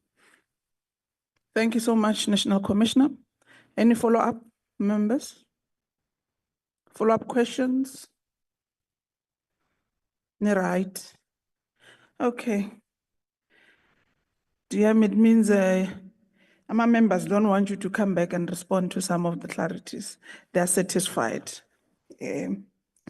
So thank you so much. The meeting was indeed short, as would have expected. It's one line item, but I can assure you, DM and NC, that the oversight next week will not be short. So we must all get ourselves ready, comfortable clothing of sneakers. I always say to members, don't wear things that becomes uncomfortable, because of the Gauteng oversight has shown us that we really spend more time in engagement in facilities and than being comfortable in the hotel space. As per what members would have said, we do welcome the revival of the K9 unit, or you refer to it as the narcotic dogs. And we hope that we will get to a point where all facilities have that, including body scanners. It's important to have them so that they assist us in navigating the smuggling of contrabands. So if we can have that enrollment of body scanners throughout the correctional facilities, we're sitting with 243 facilities and you only have 14 body scanners. Simply means we do not even do anything to try and mitigate the current setup or situation we find ourselves in. So let's try to reprioritize our budget if it's necessary, DM and NC. Yes, we know the department is facing budget cuts and so forth and so on, but this really needs to be done because of it does not only speaks to the safety of inmates, it also speaks to the safety of officials as well. If you have knives that are in facilities, soon we're going to have guns. There was a time where we're in Bloem, Engelbrecht, when we did the oversight, was it Grotvlei? Yes, Grotvlei, where an official was trying to smuggle a gun. So and it was an unannounced visit that we did. So we were able to cut that situation. Imagine a gun inside a correctional facility, what would happen?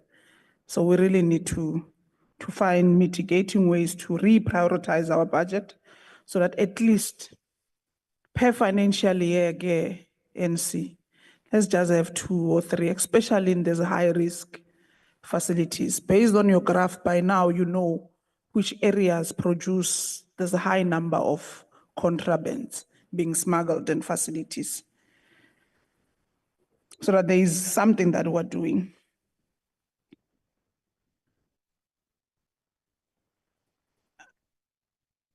On the process of investigations, we must have timeframes of investigation. They can never be open-ended. There must be timeframes on them when you start the process and the conclusion part of it. The open-ended process makes it even those who are supposed to prosecute lose interest, and you find nothing bears fruits out of it. So we need to have stringent measures to make sure that those who are going through investigation, if we do not have evidence to charge them, then let's release that process. But those who have evidence, it can take us 60 days to finalize that process. And this includes consequence management on those who are found on the wrong side. And I fully concur that I think previously in the portfolio committee last year, we did speak on lifestyle audits of officials. So at some point you need to tell us how far you with that process of lifestyle audits of officials in correctional facilities especially. Perhaps this will tell us where we're sitting and who are corrupt officials, because not all officials are corrupt, but there is an element of corruption that is done by officials. I can't be seen driving a car that speaks to my salary. I earn 20,000 rand, I'm driving a 25,000 monthly installment car. So then it tells you where your problems lie, and then you concentrate on that. When I came back, taking over from Engelbrecht, because I would have asked him to temporarily chair the portfolio committee, I would have had you respond to the ICASA process of jamming cell phones and so forth and so on. And understanding that the department is no longer classified as a security and so forth, whilst the DM and the minister are taking charge of that process to be reclassified back. When we did an oversight to Gauteng, Khosi Mampuru CMEX, we found it difficult for us as members to access network when we're inside. To such an extent, it made me uncomfortable to stay a minute longer in CMEX because of you can just decide to say they lock us up. And I will not be able to tell my family that I'm in CMEX, locked up, so that they can come and try to find measures or ways to take me out. So if I was frustrated with network inside, why can't we do that in facilities that you concentrate on those who you classify as high risk, like you did in CMEX? Those who are in CMEX, you classify them as high risk. Why can't we go through that route? Whilst you are in a process of getting that with ICASA, yes, we understand you'll not do it entirely to the whole facility, but concentrate on those blocks. You normally your medium A's or medium B's are not together. Like in Mudabe, you'll find medium A's on the other side, medium B's on the other side. So if you know medium B, based on your classification as high risk, and that's where at the concentration of smuggling of cell phones, let's jam that. Let's have that being dealt with so that you know the areas of where you are putting your problematic people, you also find ways to manage them whilst we sort out the ICASA, the classification of security, and so forth. We equally welcome the termination of contractors that are found assisting in smuggling of contrabands. This would ideally send a strong message to contractors that they must come to facilities and do what they're contracted to do, not other means of trying to assist inmates in getting contrabands in facilities. The net joint operations of unannounced, they need to be ongoing and they need to remain unannounced, National Commissioner. And the reason I'm saying unannounced is because of you find some of the head of centers are part of colluding with the systems. So if you then announce to them that we're coming, they then prepare for you. So they're going to make sure that you get what you want, but you don't uncover what they do not want you to uncover. And which goes to what we're going to do in KZN. You are not going to tell us where we're going to visit. We are going to tell you where we're visiting and which blocks we want to see so that you don't prepare for us.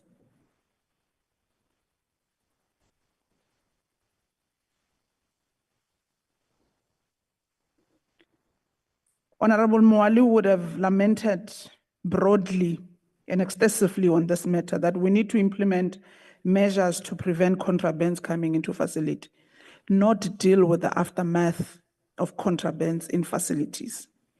We must generally just make sure that we stop them from even finding an entry point in facilities. The implications thereafter will deal with them on 1 or 2 centers and so forth, especially that we're still trying to put where there are no perimeter fences. But where we have perimeter fences, why do we still have an influx of contrabands that are smuggled in? So we need to reprioritize our strategies on this matter. Members spoke also extensively on issues of officials who are found smuggling contrabands to be criminally charged. If the act allows, let's do it. Let's not create excuses anymore for officials. Perhaps this will send a strong message to the broader entirety of all those who are managing 243 facilities.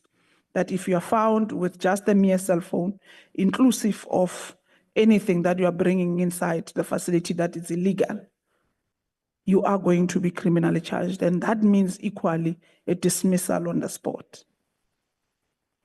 So some of our acts, DM, we need to amend them to speak to the safety of our officials and safety of inmates. We've evolved now. So if this says if a person is found on the spot with a contraband, must go through a disciplinary, we must find a way at that particular moment with that evidence, you are dismissed. And there must be repercussions on those things. The issue of favors, we need to curve. And this on officials, this equally includes inmates. Inmates that are found with contrabands, they must be, whilst you do the reclassification that the National Commissioner that spoke to now being a higher risk, they equally need to be given further charges. If you are in a facility based on robbery, you're found with a contraband, it must be another further charge. So there must be a charge added to the current one that you are saving in, so that it equally sends a message to even inmates that if you are in a facility for 6 months, like for instance, the escape of the guy from Polsmo. From what I read, he was left with 6 months before his minimum detention of release. So if for 6 months he escaped, it's another further charge. And I don't know escape is how many years. So let's say roughly it's 3 years. So you see now you've added another 3 years on top of a 6 months. So these are things that we must speak to so that including themselves, they know the dangers they're going to find themselves in. No one wants to sit in that facility, but the more you do illegal activities, the more your stay gets extended. But once we don't charge them on further charges, they keep on doing these offenses.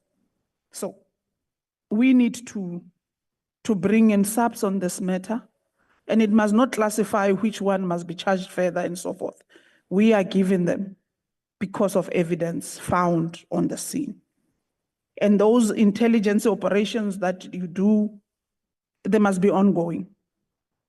And whilst they are found there right on the spot with subs on board, then it minimizes correctional service going to subs and so forth, because there on the spot, a charge gets to be registered.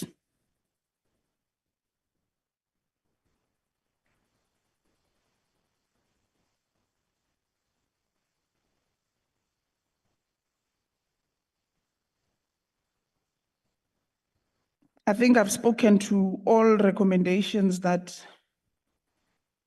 we're putting to the department. So let's the 14 scanners.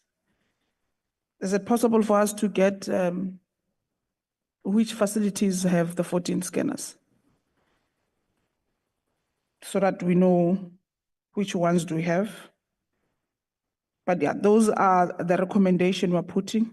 There's no report that we're expecting from the team.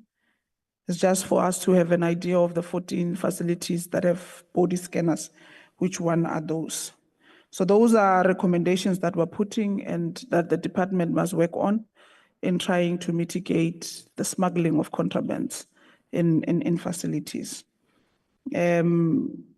Let's hope one of the portfolio committee, when we come back and give an update on this matter, the stats would have decreased from where they are right now. The 41,800 and something of cell phones would find a situation where they are 300, 400.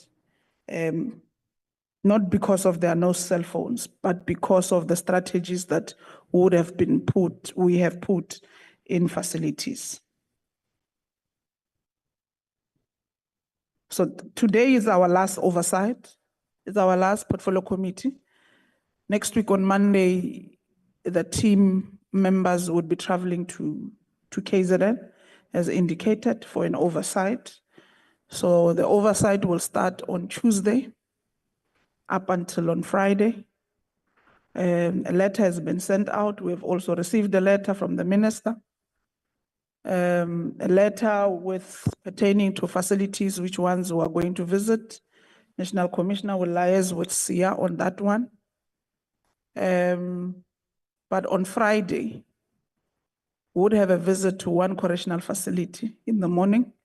And then immediately later after that, we'll have a debriefing of all centers we would have gone to.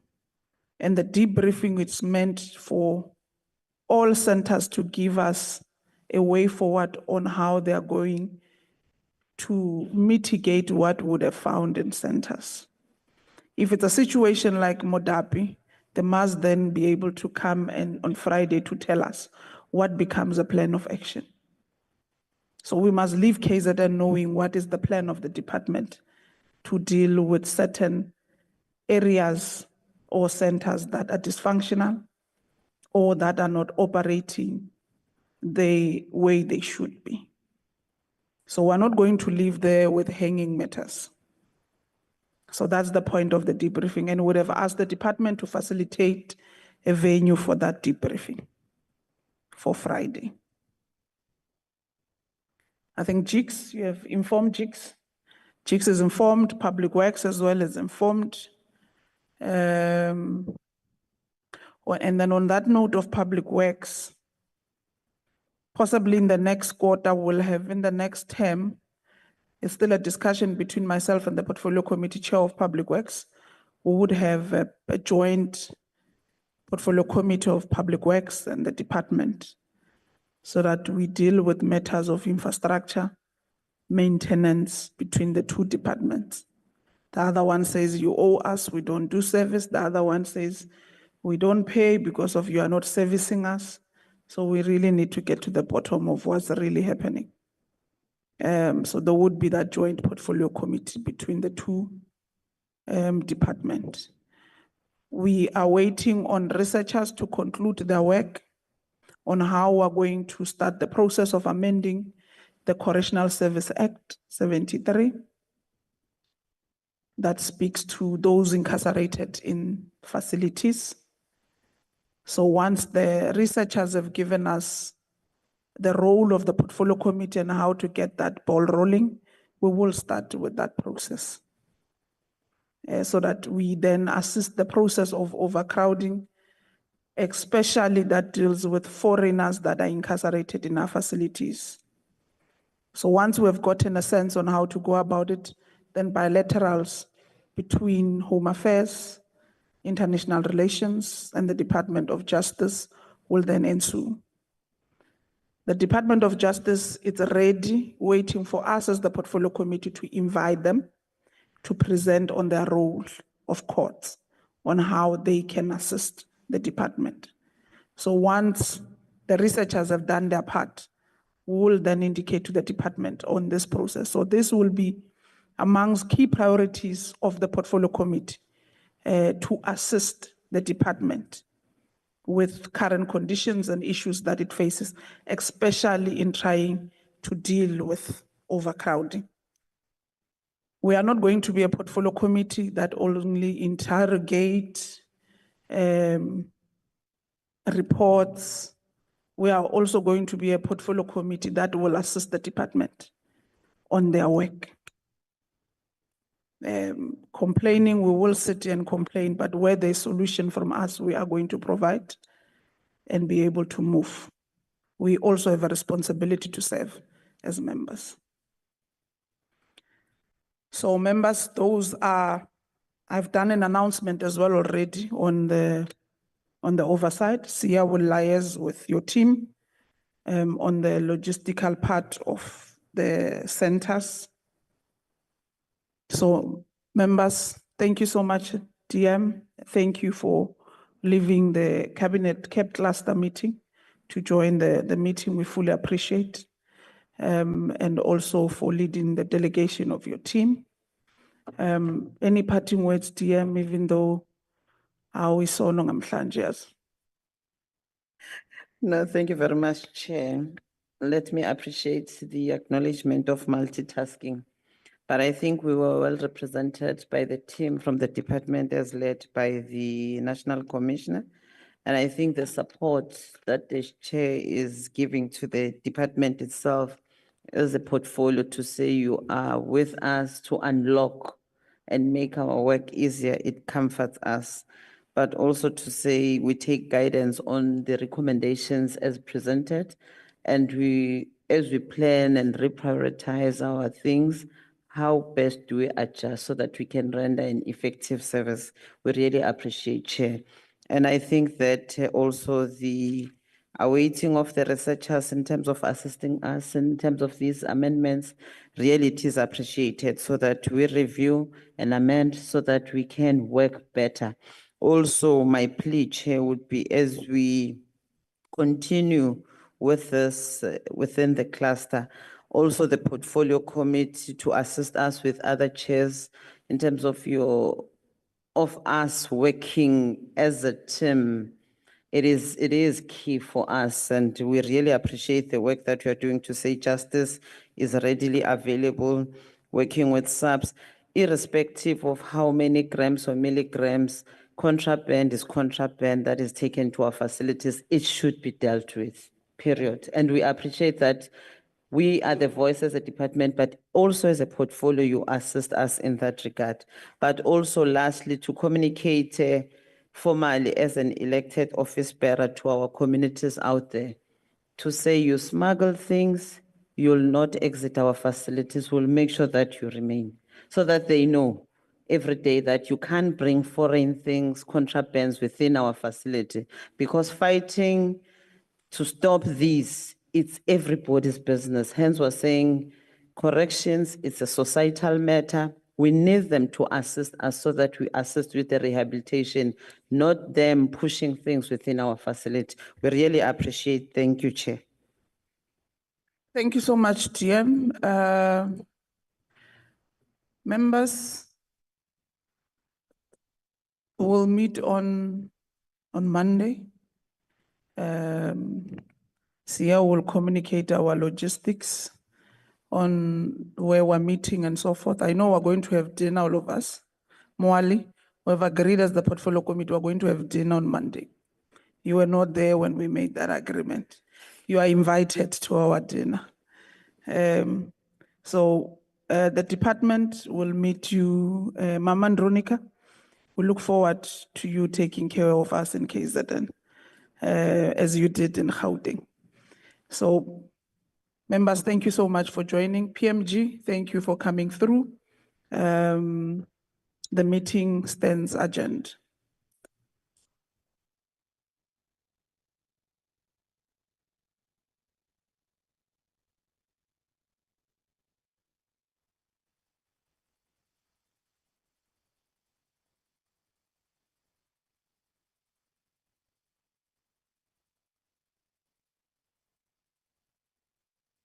Recording stopped.